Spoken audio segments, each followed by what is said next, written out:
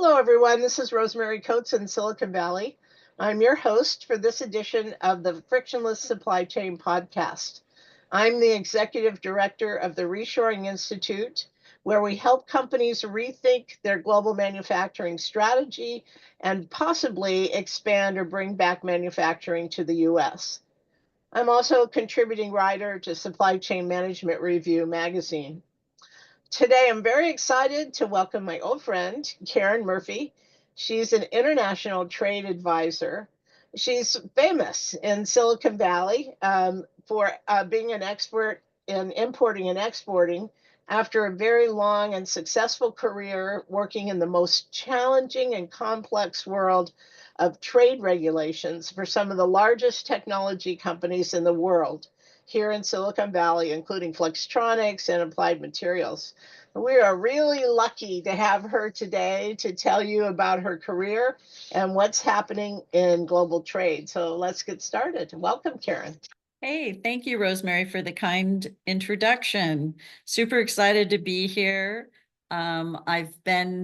This is my second podcast I've done this year, and they're kind of fun, and hopefully we can have some good discussion and help the folks that are listening maybe ponder even more questions about either their career or what's happening in trade and logistics. Okay, great. Yeah, hopefully that's the goal is to educate our audience about trade compliance and potentially how they manage their careers.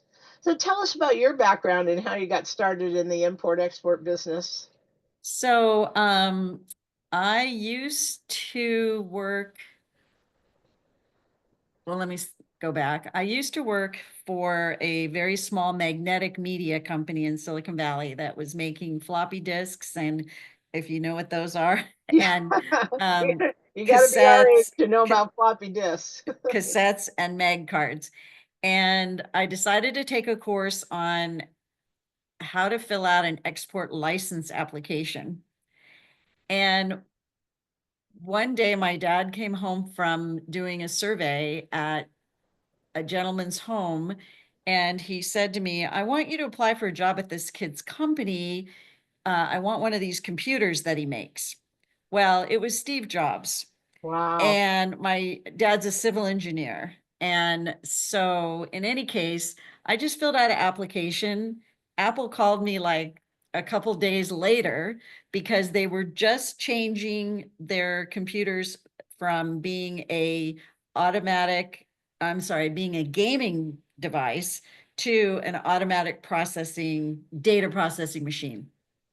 And they needed licenses. So I got a job at Apple in the very late 70s, and I was there just a couple years, and then I got hit with the famous layoff that they had.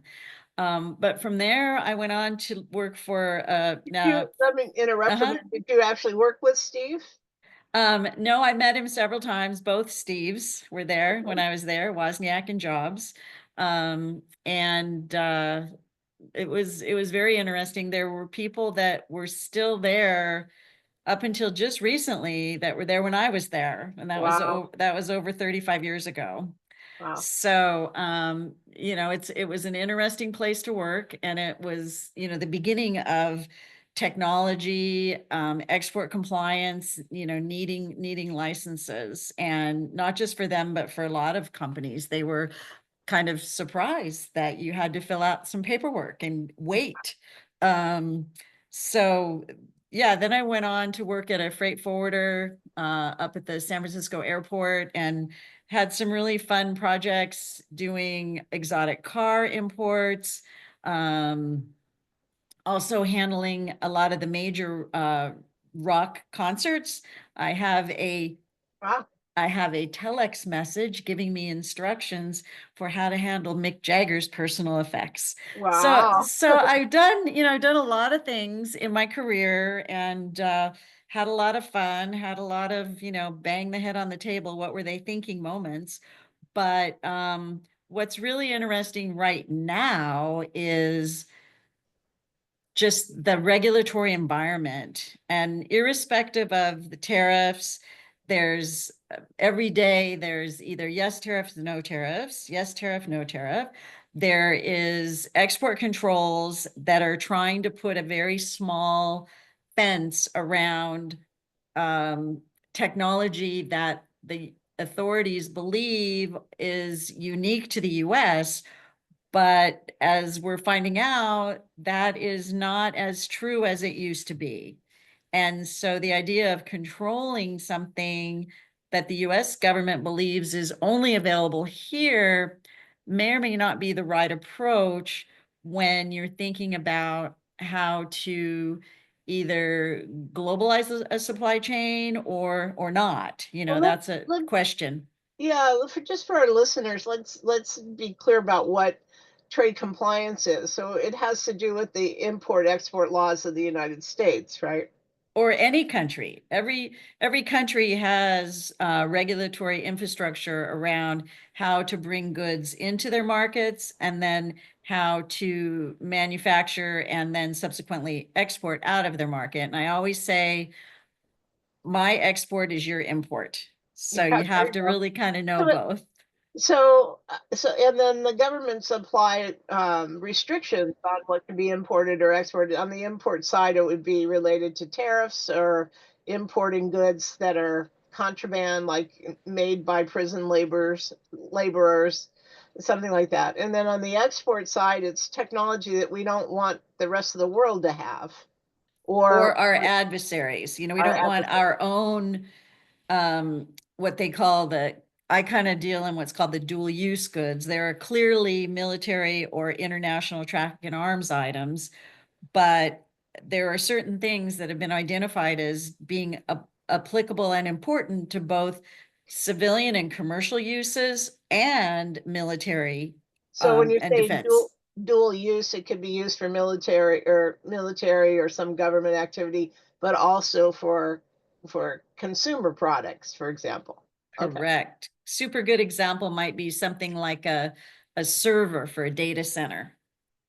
Depending how it's configured, where the data center is, it could be very interesting technology for certain governments to be able to use to develop weapons. But on the other hand, we all love the internet. And in fact, you and I today are on some internet server somewhere and data center, and we're having a nice conversation. Yeah, yeah, okay. So I understand. So, and it also applies to not just to hardware or physical goods. The restrictions on import, export, or trade compliance also can apply to conversations or literature or all kinds of things, right? Correct. Software, the operating software and the source code to Mhm. then use a piece of equipment or even development or design. That's a very common piece of technology that is export controlled. Yeah, I had an occasion when I worked for a defense contractor in San Diego and found out that the engineers were talking to engineers in Russia. Oh, And yeah, and so I said, we have a little trade compliance issue here. You have to have a license for that. And they said, well, no, we're not shipping them anything. We're just chatting with them about the products. I'm like, oh man, you got to have a better understanding than that. It's technology that's restricted who you talk to and what it is you're talking about. but even more fundamental is who you're hiring at your companies in the US. So if you have employees that are not US permanent residents and you are expecting them to work on technologies that are export controlled, you have to have a license for that employee to be able to execute their job. And Wow. that's one that people keep, are like, what? We're a collaborative workforce. How are we going to do that? And and that's known as it is deemed to be an export when that activity is going on. So A these are deep just export. some tidbits around exports. Yeah, well, yeah, and even letting foreign nationals into your company. So sometimes, when you go sign into a company's front desk, they enter your name or your name is entered into a computer system, and whether you know it or not, it's probably being checked against an export list somewhere to make sure that you're not letting in people that are restricted in some way for coming into your company. Correct. Yeah. So, yeah, I mean, there's a lot of aspects to trade compliance, not just on what's in a box that you're shipping overseas, right? Or importing from somewhere. Yep. Okay, so you've been working in trade compliance for a long time. You lived through lots of technology changes and shifts and new ideas, particularly the rise of manufacturing in China. Tell us about some of those shifts and disruptions and how they changed your approach to business.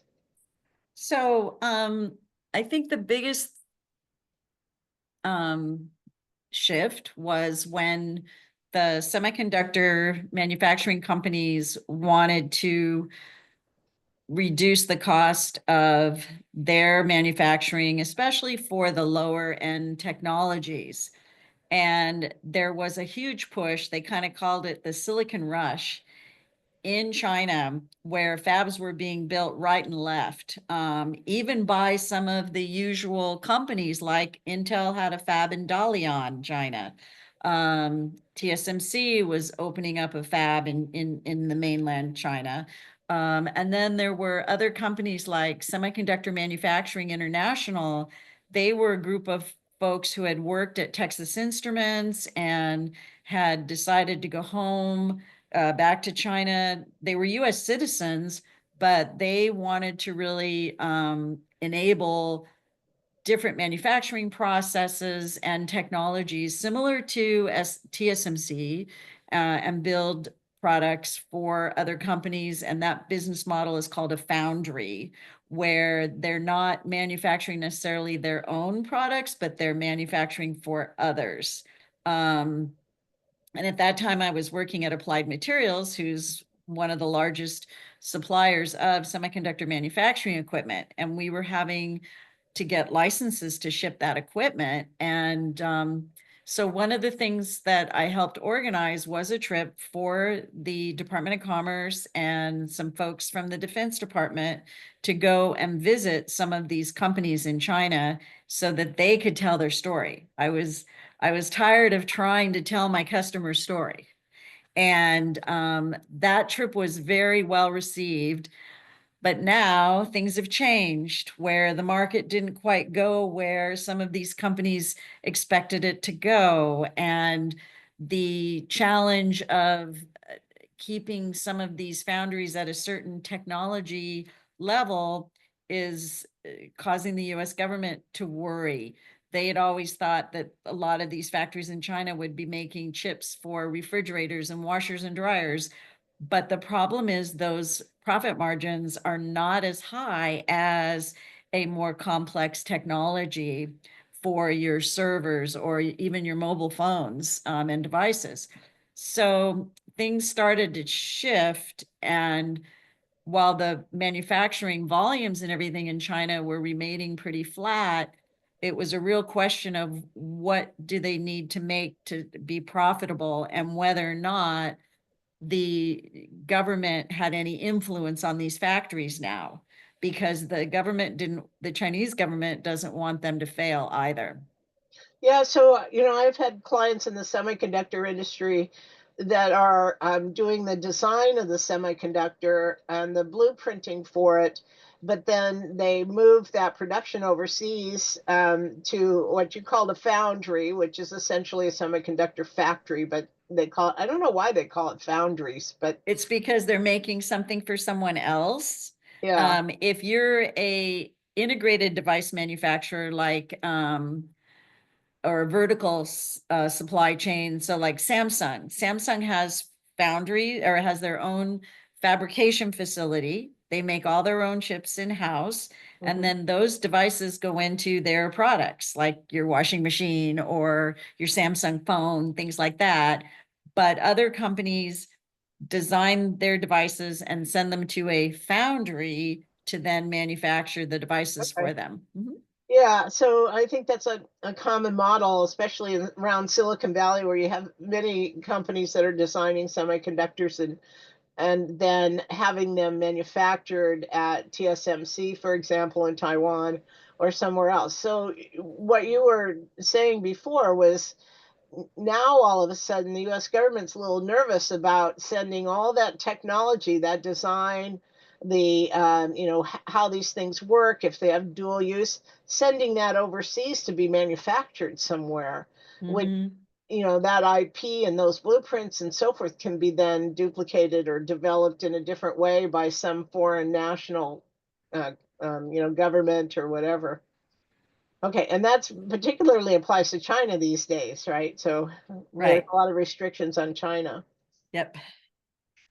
So we're in a very global, a difficult tariff situation and a global trade situation right now. As you mentioned, the on again, off again, on again tariffs and the unstable global environment between Taiwan and China and Ukraine and Russia. And holy cow, it's a tough time out there. What are you seeing about companies trying to mitigate their risk or addressing these kind of turbulent issues?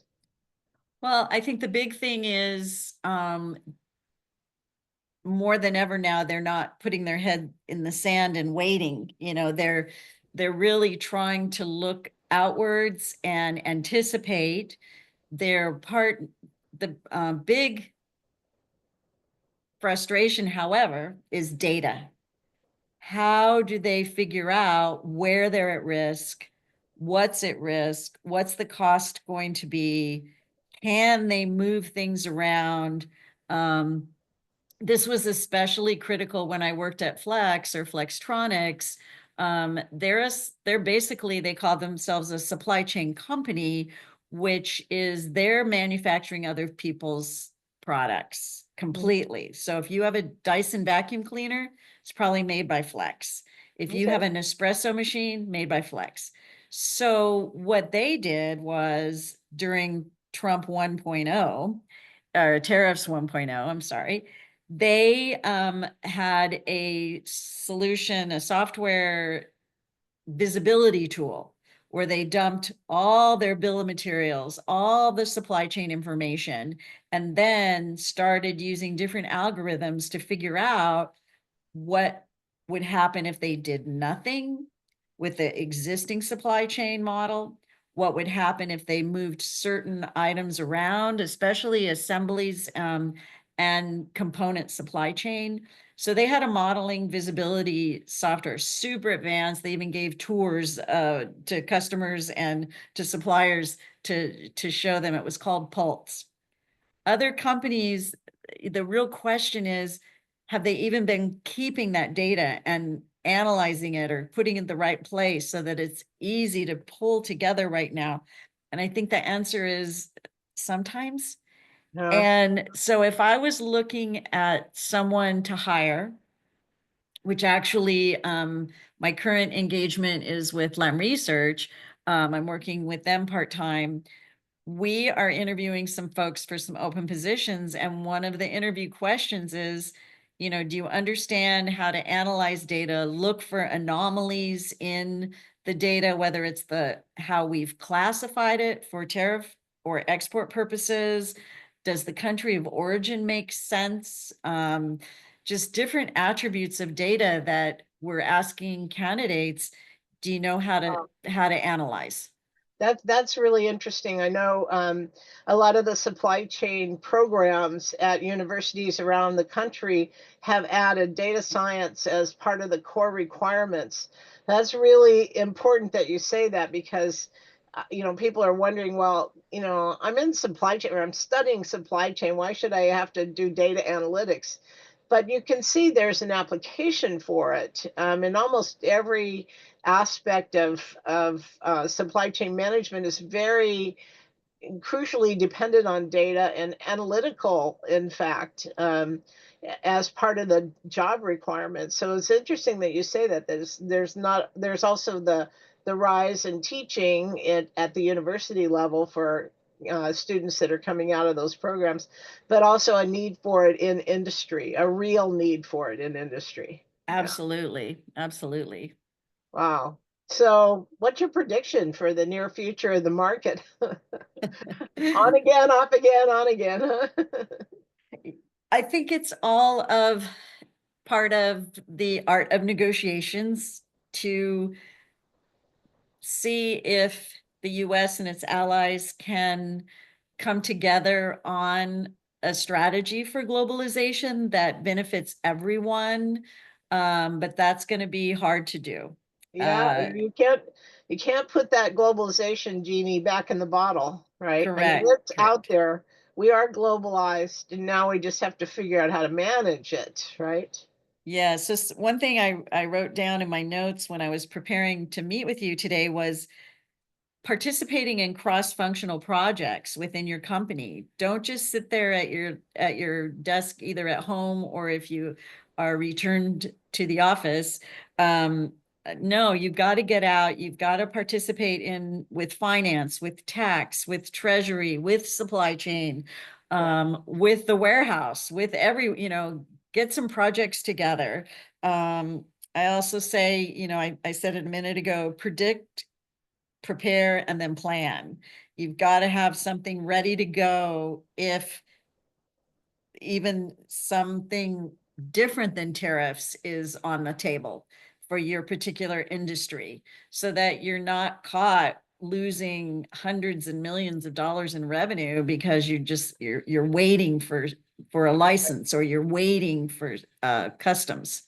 And that's a different perspective on how we've run global logistics in the past. I mean, we were always responsive and not necessarily forward planning, and that's true, of course, in trade compliance also. You wait around for the imposition of some new restriction or something, but that shift in thinking so that we're thinking forward and preparing what if scenarios is, is really important in terms of careers, and people who are trying to advance in their careers have to shift their thinking to forward applications instead of waiting around for something to happen to them, right? Correct, correct. Reactionary is not the thing to be doing right now, even though it's so unpredictable right now. But things usually calm down and level out. But that's when you've got to really start looking at the what if scenarios. Yeah. Wow. Such a huge amount of change also. Do you think that we're going to have more and more restrictions in trade compliance under the Trump administration going forward? I think we're going to have complexities. You can call them additional restrictions, additional requirements, but the key is evaluating the regulation or the sanction or the documentation that's published, and really trying to understand how it impacts your company, your products, your employees, etc., and executing to that. I remember at one point I was looking at a policy manual, and the company had written, "We will not do business with anyone on a sanctioned party list." And then I said, "Are you sure your quote shouldn't, your policy shouldn't be, we will comply with the requirements of any sanctioned party list?" And they're like, "Oh, that's better." Yeah. But I still meet people that just say, "We're not going to do business with anyone on the entity list. We don't have time to figure out how we can make the business go forward." And this is something I say all the time, and I'll say it in this podcast too. Trade people need to be the Department of No, KNOW, Ah, and gotcha. not the Department of NO. Okay. That's kind of what my chant has been for many, many years.